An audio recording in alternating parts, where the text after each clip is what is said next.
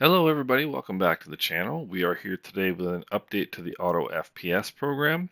We'll go through the changes, we'll go through how to do the update, and we'll go through the settings so that any of you who are not familiar with the program can get an understanding of how it works.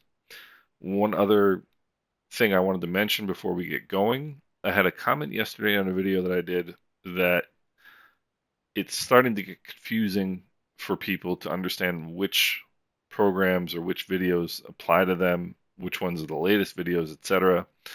And I completely understand that. I've been thinking about that very issue recently, and I will be doing some reorganization of my YouTube channel so that we can have a better overview and I can refer you guys easier to what programs we're talking about, what might be best for you given what you're running. So that's something that's in the making. But right now, let's get into the Auto FPS program. All right, let's very quickly go through how to update the program. It's very, very simple.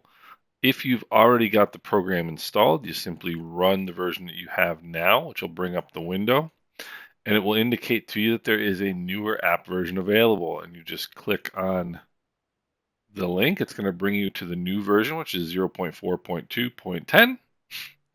And we come down all the way down here to the bottom. There are two options. You probably notice that this one is a little darker, this screen right here. So there are two options. You can download this, which is the normal update, I'll call it. And you can also download this one that says darker. Now you can see this is a lighter color than this. Some people have asked for a darker color, so he has provided that. The developer has provided that. So you simply then download whichever version you want. You just click on that.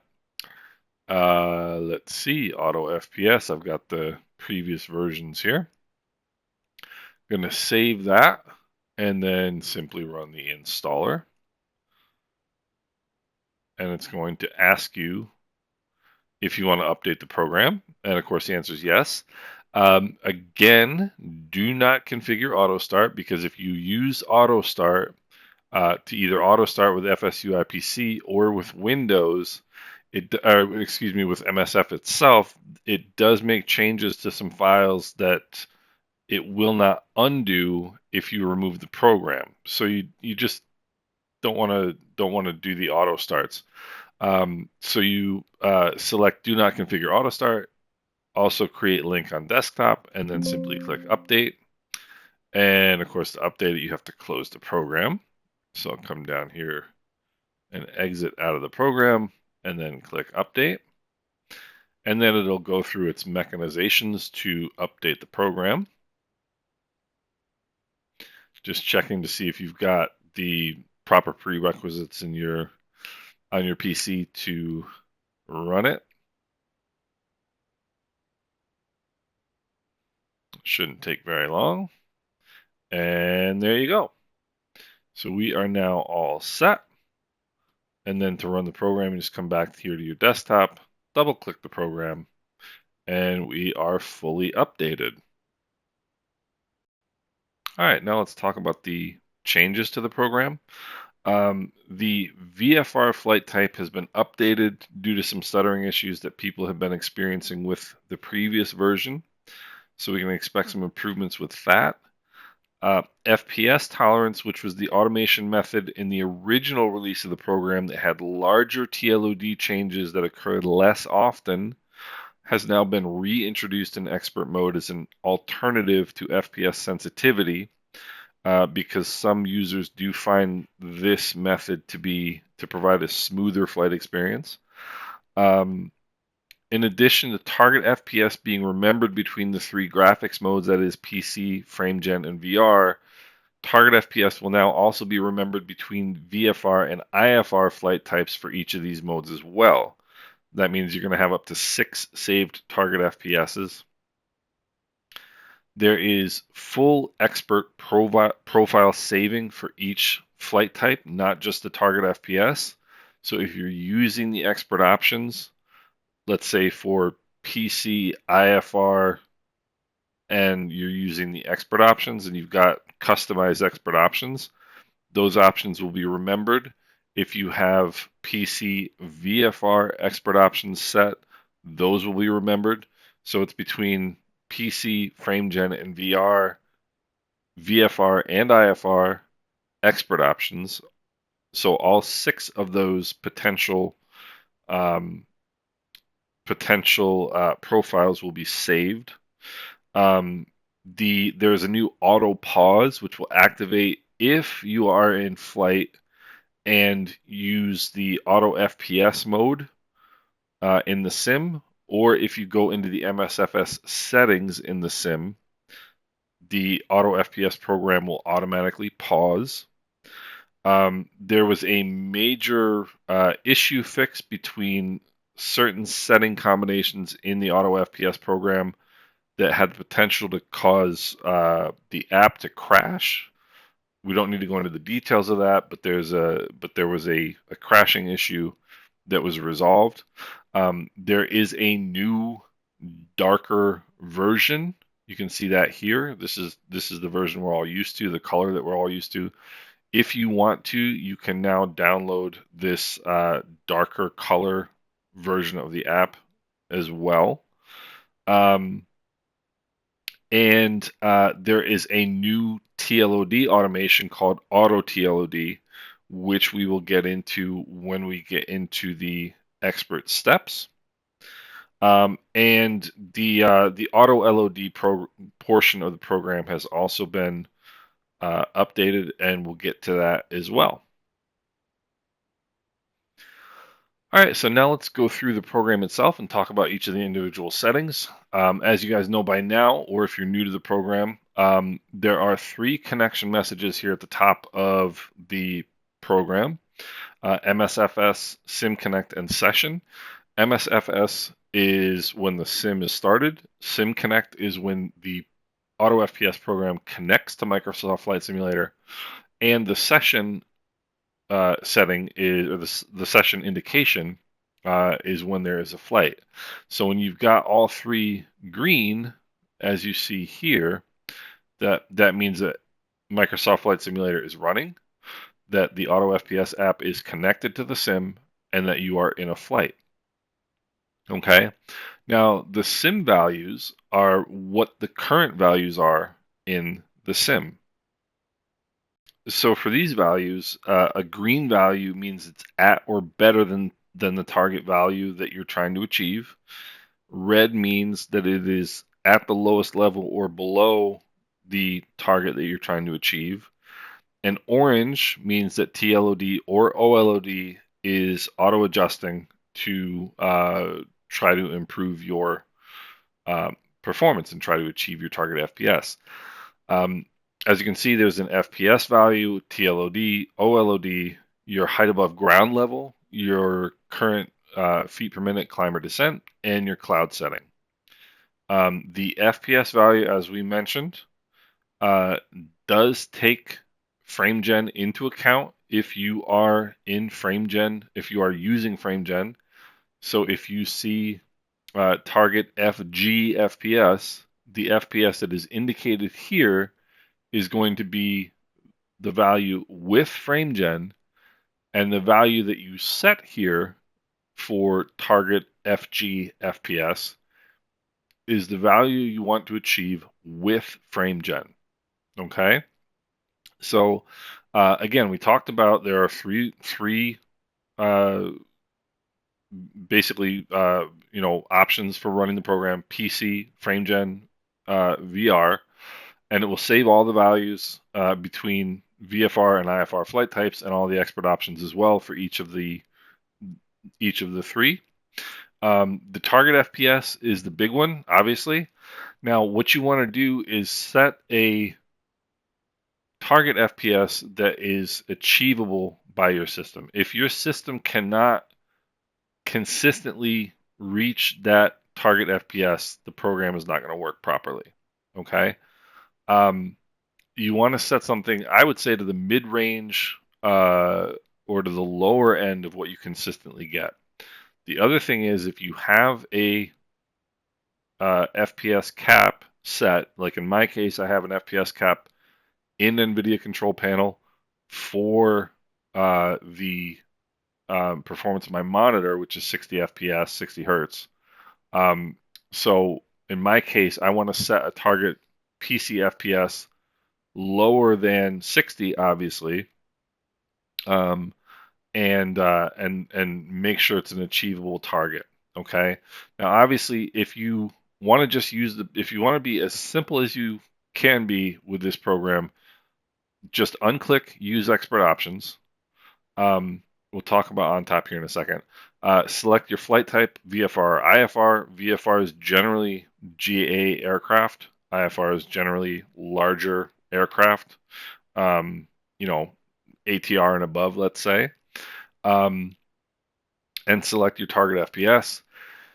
If you want to make it even easier than that, you can select Auto Target FPS. And what Auto Target FPS does, when your flight starts, when you are on the ground, it will take a 20-second snapshot of the performance that you're getting and interpolate from that a reasonable target FPS for your system. And so you can just click that Auto Target FPS button. It will give you an indication here that it is determining what your target FPS should be.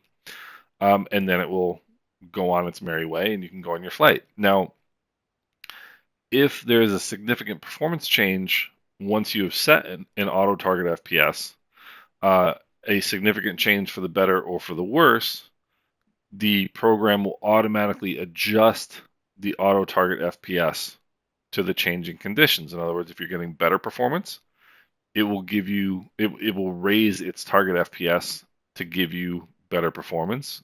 If you are getting consistently worse performance than the target FPS that was set, it will then lower the target the auto target FPS to a lower value, and then we'll try to achieve that. Now, how or why might that happen? Let's say you fly from a rural area into a large city. That might cause your performance to decline. And so the auto target FPS that was set when you took off in, a regional rural airport might not make sense once you get to a bigger city. And so the program will automatically change the auto target FPS to adjust for that. If you want to, for whatever reason, if you want to manually recalculate your auto target FPS during the flight, simply uncheck it and then check it again. Okay? And then it will go through the 20-second snapshot again and recalculate a target FPS for you. The on top button, you can use this to, if you're interested in seeing what the values are and what the changes are that are happening during your flight, just select the on top button and this will keep the program on top of your Microsoft Flight Simulator window. And so you can see that. There is a feature where if you change from your Microsoft Flight Simulator window to another window, let's say you go to Navigraph or Volanta or VATSPY or something like that. When you change focus from Microsoft Flight Simulator to whatever that other window is, the Auto FPS program will automatically pause. It'll automatically pause itself, and then it will re-engage once you go back into the Microsoft Flight Simulator window. Now, let's say you select your own target FPS. And by the way, PC, FrameGen, and VR is automatically it automatically detects what you're using. So you can run the program that way, and you are in all likelihood going to have very much success with it. If you want to manually set the settings, you can then click on the Use Expert Options button. Now, in the Expert Options, there are three TLOD automation methods. Now, the reason we're focusing most on TLOD and not necessarily on OLOD is because TLOD is the setting that has the biggest impact on sim performance. We'll go into OLOD here in a bit, but let's talk first about TLOD. So the default TLOD automation method is FPS sensitivity. Now, what this 5 means is how many average frames per second. So what it does, it takes it takes your average frames per second over the course of 5 seconds and determines whether you are achieving, in this case, your 45 frames per second target. Now, this sensitivity is basically if you want to think of it as a dead zone. So in this case, between 40 and 50, so plus or minus 5 frames per second above and below your target FPS, the system's not going to do anything. Once you are outside of that range to the negative, then the Auto FPS program is going to start reducing your TLOD to try to give you some performance back so you can reach that target FPS. Now, the lower the setting, the more frequently the changes are going to occur. So in other words, like if you want fewer changes, put in a higher number. And then it's going to range, plus or minus 10 frames per second, not plus or minus 5. If you're having stuttering issues, you would want to maybe try 2. And then it's going to make maybe more, it will then make more changes more often to try to smooth out your sim performance. The next option is FPS tolerance, which is rather than being an FPS value, it's a percentage difference, percentage variation from your target FPS, and operates in much the same way. The difference is that it will change less often, but will make larger changes. And some users find this method to be smoother than the FPS sensitivity. So if you're having, some smoothness issues with the FPS sensitivity setting, you might want to try this. Now, looking down at the TLOD settings, you've got TLOD min, TLOD max, altitude TLOD base, and average descent rate. Okay, let's go to FPS sensitivity and we'll talk about it. So TLOD min is the minimum value that you want the program to use in order to try to achieve your target FPS. Now, this is also the value that will be used on the ground.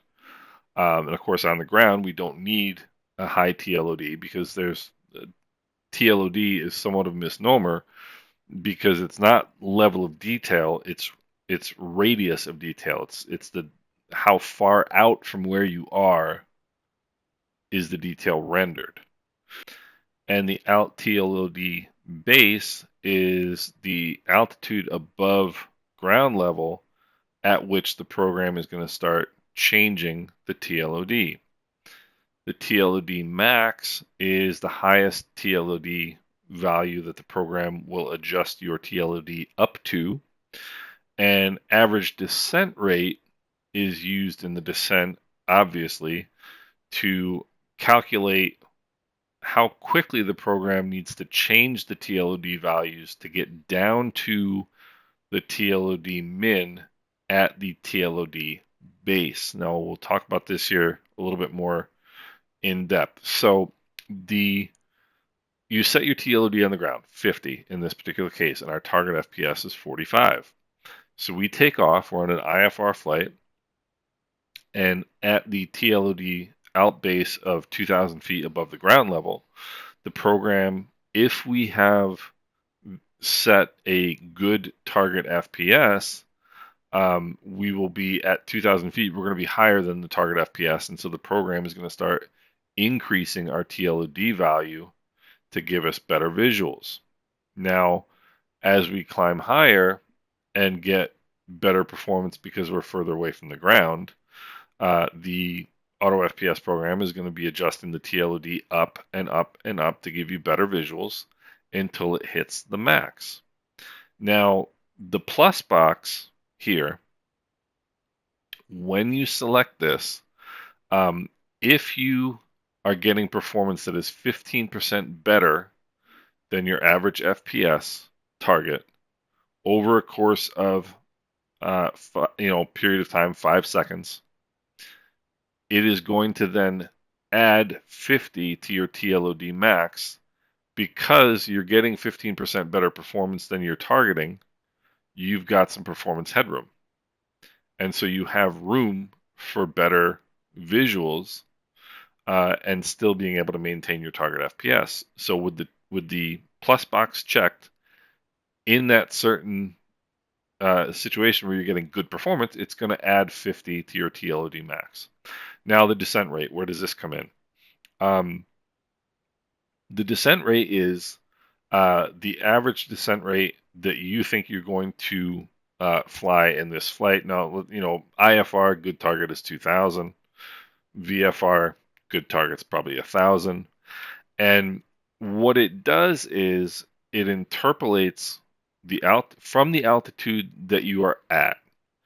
If you descend at the average descent rate or lower or less, in this case 2,000 feet per minute or less, down to the TLOD base of 2,000, the program calculates how long or how quickly it needs to adjust down the TLOD to reach the minimum, in this case 50, when you reach the TLOD base of 2,000.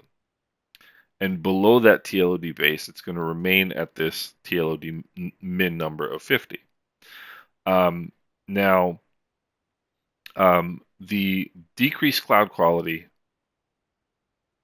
setting, if you are not able to achieve your target FPS of 45, and the program has walked your TLOD down to the minimum of 50, and you still can't achieve that 45, first of all, that's an indication that you have too high of a target set.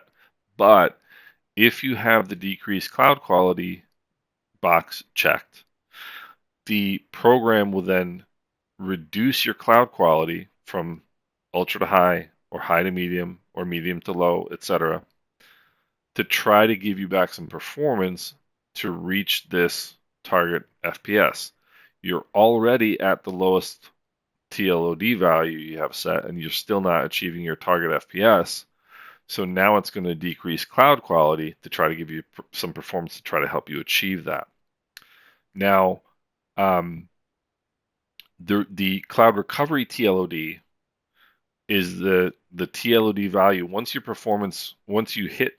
start achieving this target FPS, and the program can then start increasing your TLOD. This is the value at which your cloud settings are going to be returned to the original setting that you had. Now, in this case, it's 100.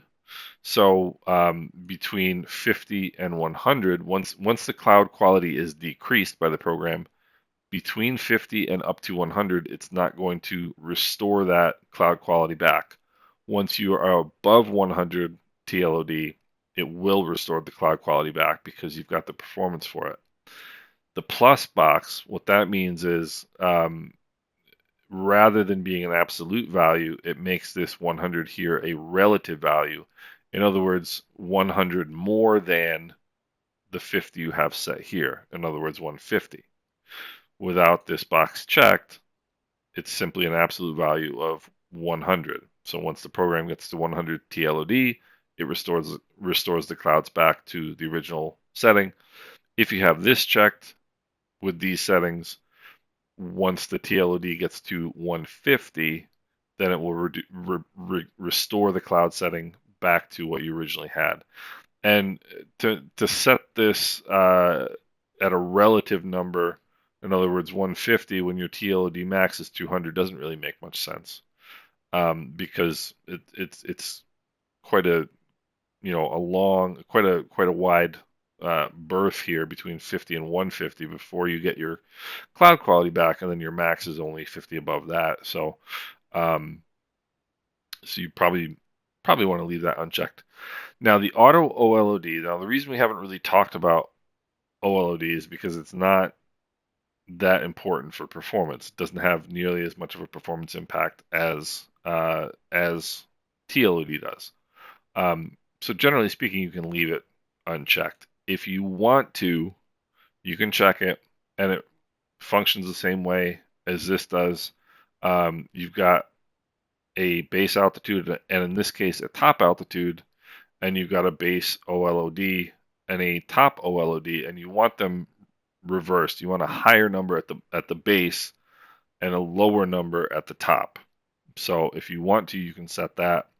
And the pause when MSFS loses focus is simply, let's say the particular use case for this one is if you're using FrameGen and you switch from MSFS to another window, let's say to VATSIM or to, Volanta or to Navigraph Charts or whatever, and because the FrameGen is giving you is giving you double your frame rate in the sim, you may experience a pretty big change in average FPS from the Microsoft Flight Simulator window to whatever other window, whatever other app that you go to.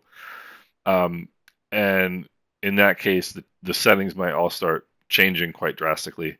If you've got the pause when MSFS loses focus box checked, when you switch to another window, the Auto FPS program, stops changing the values in the sim. So it's basically, a pause button for when you're doing something else.